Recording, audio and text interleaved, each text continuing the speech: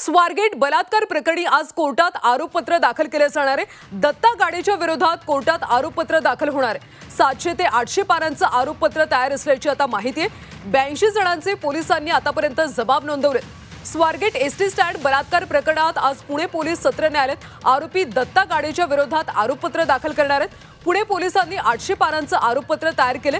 महत्त्वाचं म्हणजे यामध्ये 82 जणांचे जबाब घेण्यात आल्याची सूत्रांची माहिती आहे। पुणे शाखेच्या पोलीस या प्रकरणाचा तपास करतायत। त्या अनुषंगाने आज पुणे पोलीस सत्र न्यायालयामध्ये आरोपपत्र दाखल करणार आहेत। अधिकची माहिती घेऊयात आमचे प्रतिनिधी निलेश खरमरे यांच्याकडून। निलेश, आज दत्ता गाडेच्या विरोधात आरोपपत्र दाखल केले जाणार आहे, पुढची प्रक्रिया कशी असेल?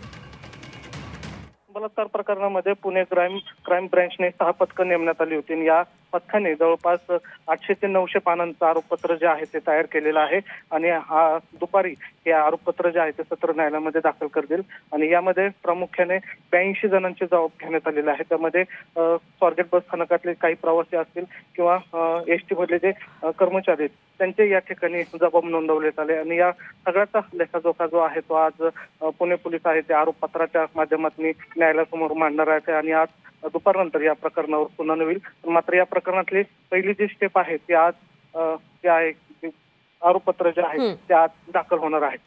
नक्कीच निलेश, त्यामुळे आता या प्रकरणी काय सुनावणी होईल हे देखील पाहावं लागेल। धन्यवाद माहितीसाठी।